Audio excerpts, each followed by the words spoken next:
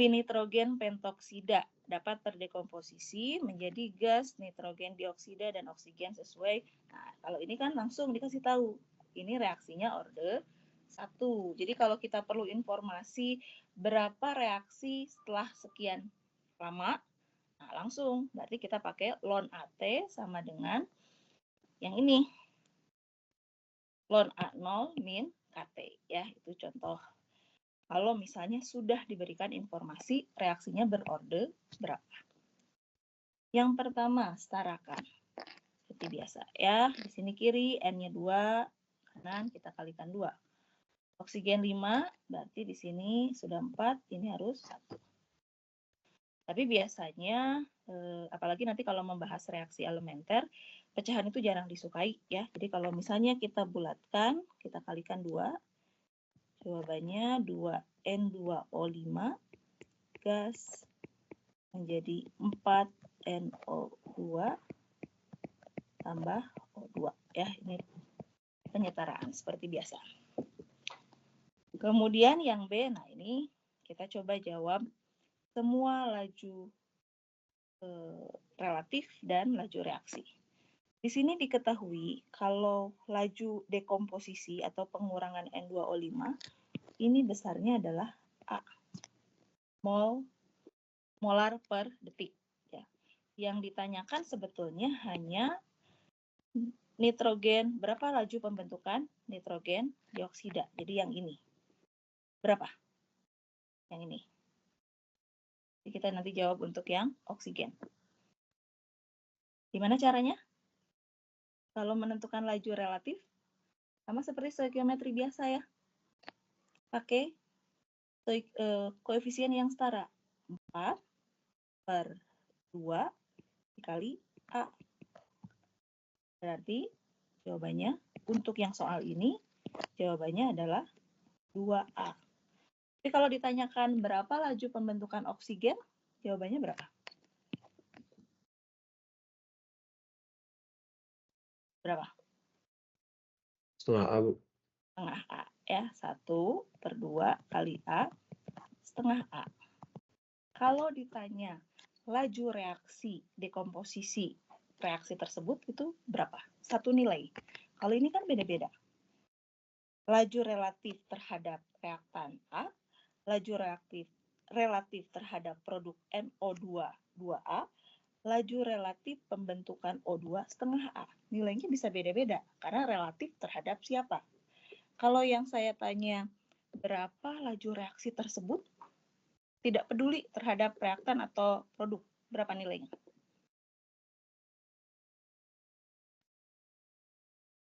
Tadi caranya bagaimana? Bagi dengan koefisiennya. Kalau N2O5 di sini A, bagi 2 jawabannya setengah A. NO2 2A dibagi 4 setengah A. Untuk O2 setengah A bagi 1 setengah A. Jadi laju reaksi identitas ini, laju reaksinya adalah setengah A, tidak peduli terhadap siapa. Nah, gimana cara mengembalikannya? Oh, kalau misalnya informasinya diketahui laju reaksi A sekian. Tentukan laju relatif terhadap reaktan, terhadap produk. Tinggal dibalikan. Kita kalikan dengan koefisiennya. Setengah A kali 2, A. Setengah A kali 4, 2A. Setengah A kali 1, setengah. Bayang ya? Jadi di sini ada dua jenis laju yang bisa kita tentukan. Laju reaksi relatif, apakah terhadap pengurangan reaktan atau penambahan produk yang manapun.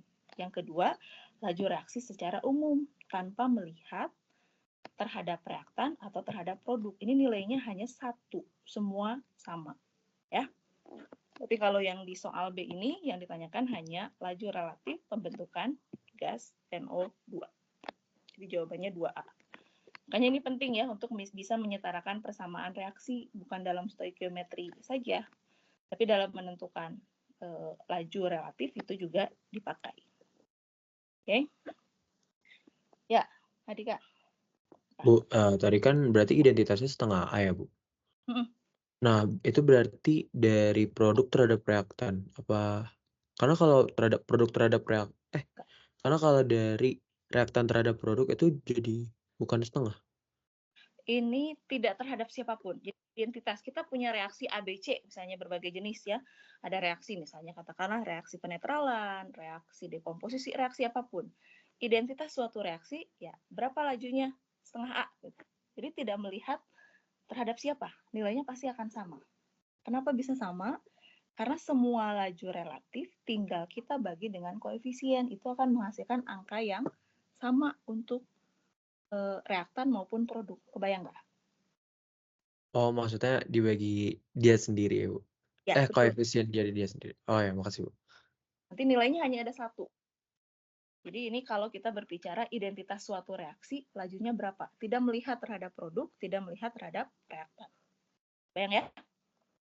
Karena tadi kan makanya saya perhatikan yang ini. Laju itu ada macam-macam ya. Kalau yang tadi setengah A, ini kita sebut sebagai laju reaksi secara umum. Kalau yang ditanyakan tadi laju relatif. Ya. Kalau laju sesaat dari mana? Ini dari kemiringan, biasanya gradien kurva. Ini dari data eksperimen. Laju rata-rata itu juga dari kurva antara, jadi tahu berapa perubahan konsentrasi pada selang waktu tertentu. Ya. Oke. Saya lanjutkan ya. Silakan pokoknya kalau ada yang bertanyakan langsung berbicara saja. Selanjutnya, ke dalam suatu tabung hampa. Hampa itu berarti artinya sebelumnya tidak ada gas ya, tidak ada apa-apa. Diisikan gas N2O5 sehingga tekanan dalam tabung setengah atm. Berarti setengah atm itu adalah tekanan awal N2O5. Nah, kalau dalam kemarin stoikiometri kan biasanya kita pakai mol ya. Atau nanti dalam kesetimbangan, mula-mula reaksi setimbangnya dalam konsentrasi. Nah, kalau ini kan reaksi homogen, semuanya berfasa gas. Kita tulis koefisiennya. 2, 4, 1. Nah, kalau gas, boleh kita pakai satuan konsentrasinya, karena gas biasa diidentifikasi dengan tekanan. Ya. Jadi boleh kita masukkan pada mula-mula reaksi setimbang, tapi untuk satuan tekanan. Kemudian, setelah gas N2O5 mengalami dekomposisi selama 23 menit, tekanan total. Nah, ini penting lihat. Gas, gas, gas. Nah, kan ini tekanan total. Jadi setelah mengalami dekomposisi artinya bukan hanya N2O5 saja, tapi ada ketiga gas tersebut seandainya dekomposisinya tidak sempurna, tidak semua setengah atmosfer itu terdekomposisi. Informasinya di sini tekanan totalnya. Jadi 0,875 atm itu yang mana? Yang ini. Ya, ini sama dengan 0,875 atmosfer. Nah, berdasarkan data di atas, nah ini sebetulnya yang C itu alat bantu untuk bisa mengerjakan D dan seterusnya. Ya, kita lengkapi dulu. Di sini sudah ada supaya tidak pecahan, makanya di sini diberikan X. Oke, gunakan stoikiometri seperti biasa. Berapa N2O5 yang berkurang? Kalau dasarnya ini diketahui ini X yang terbentuk. Berapa X yang berkurang? Ya, stoikiometri, koefisien yang ditanyakan dulu dibagi koefisien yang diketahui kali besarannya. Nih. 2 kan yang ditanyakan. Yang diketahui nilainya yang mana? Oksigen. Oksigen koefisiennya 1. 2/1 kali X. Jadi ini min 2X. Di sini awalnya nggak ada. Karena kan dari ke dalam tabung hampa, belum ada gas apapun. Berapa yang terbentuk? NO2. Coba. Ya bisa harusnya. Berapa yang terbentuk? Ya. Koefisien. 4X. Ya. 4/1 kali X. Jadi akan bertambah sebanyak 4X. Kemudian berarti ini hasilnya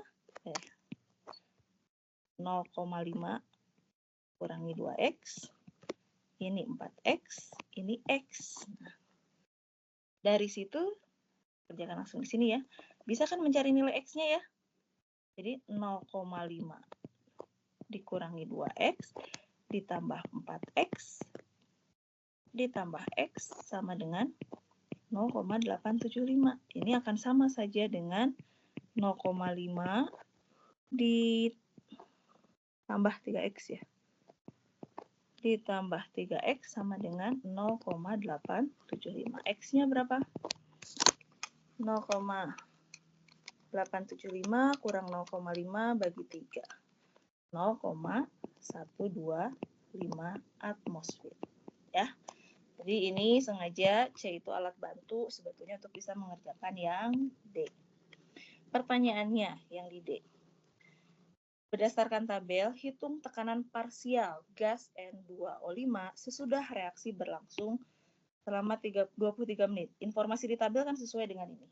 Soal 23 menit.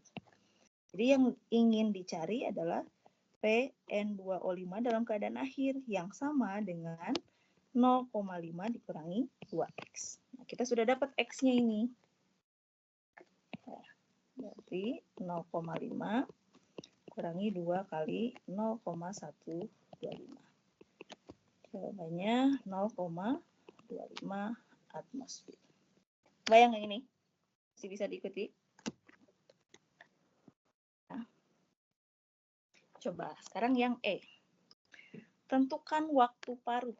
Tadi definisi waktu paruh adalah waktu yang diperlukan untuk mengurangi reaktan jadi setengahnya. Ini tidak ada cara, ini kejelian membaca soal. Tapi jawabannya akan benar kalau jawaban D benar. Berapa jawabannya?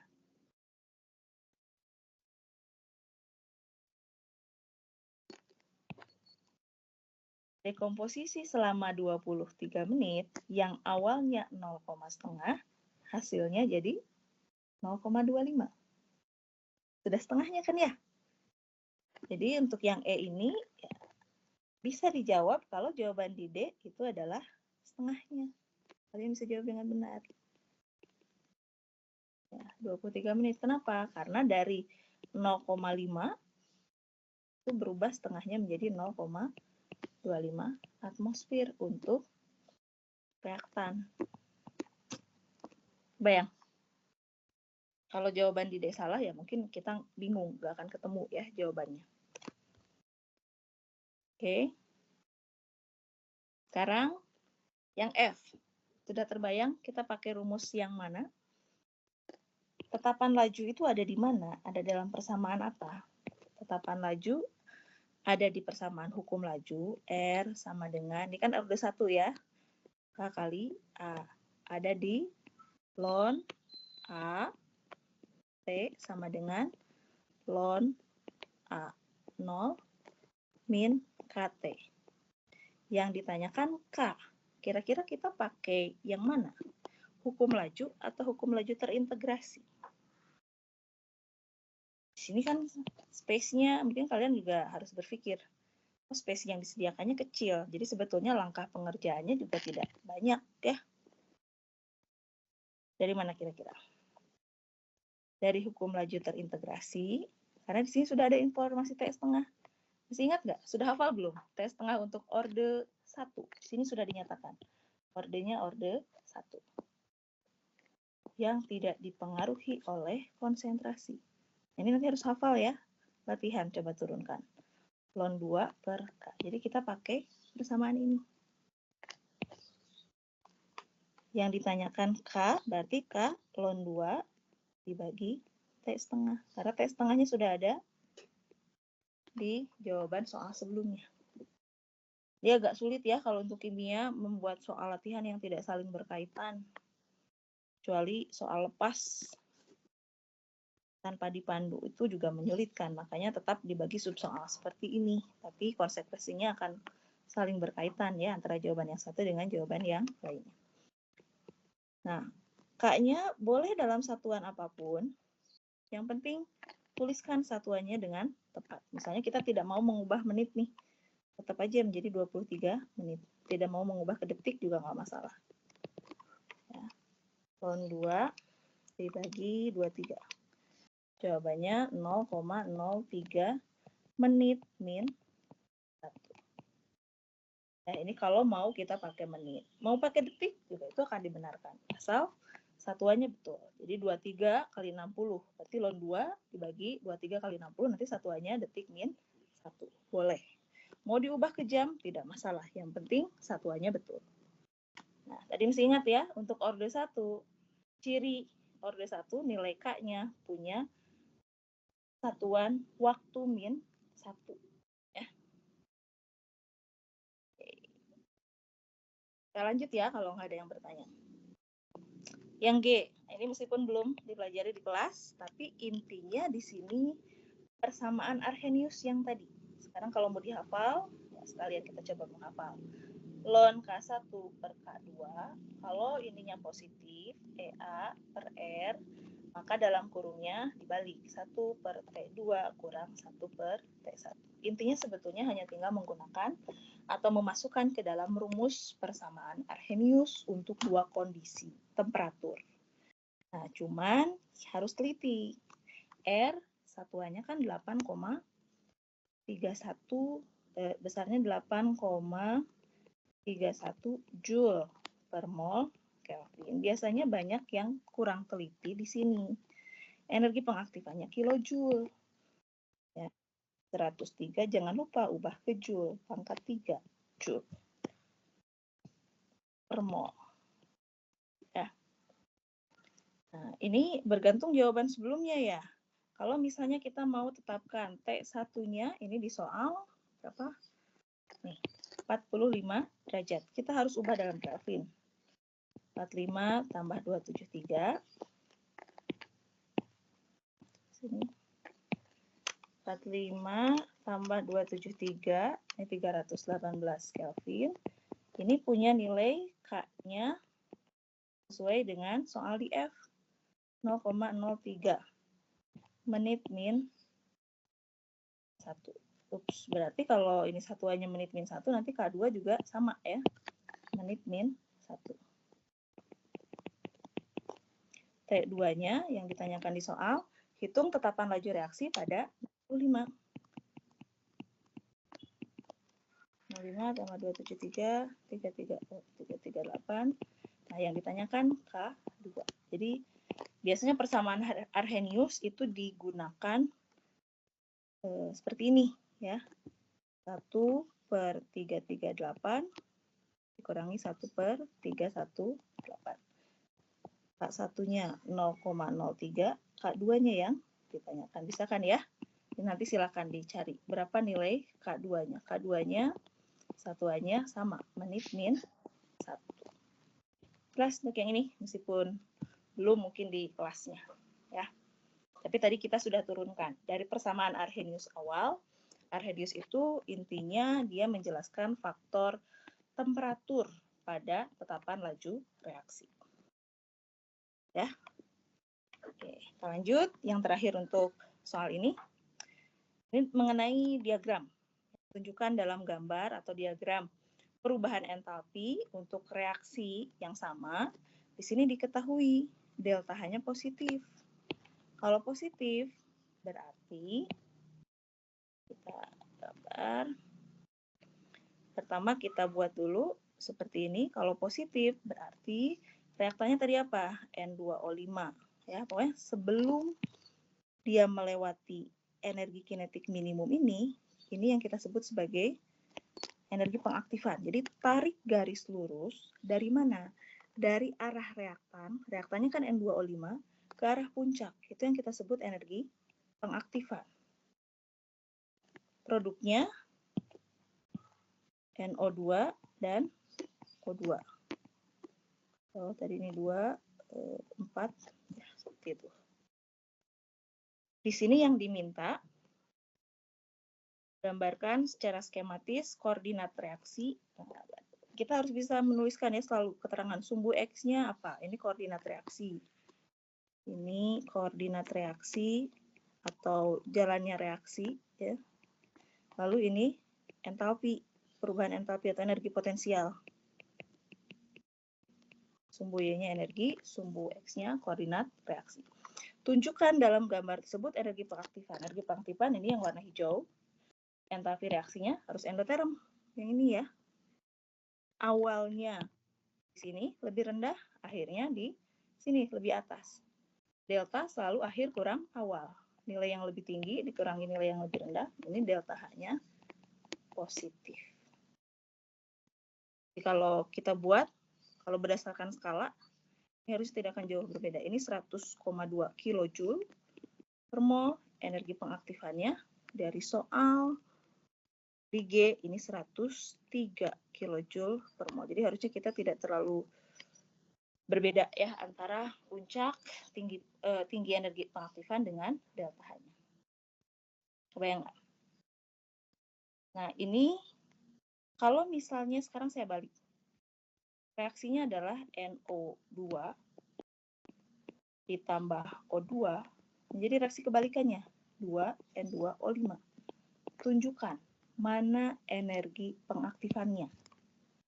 Ingat, energi pengaktifan mulai dari reaktan. Nah, sekarang yang awalnya tadi produk, sekarang jadi reaktan. Jadi, kita mulai dari sini. Karena reaksi sebaliknya. Dari sini, tarik ke puncak. Nah, jadi yang berwarna biru ini adalah energi pengaktifan untuk arah sebaliknya. Kalau ke kanan, reaksi yang ini reaksinya endoterm. Kalau ke kiri, sebaliknya, ini produk jadi reaktan, reaktan jadi produk, eksoterm. Karena ini jadi reaktan, ini jadi produk. Nilai yang lebih kecil dikurangi nilai yang lebih besar, nanti delta H-nya yang mana? Delta H-nya tetap yang ini, tapi nilainya jadi negatif. Besarannya sama, tapi yang satu melepaskan, yang satu memerlukan.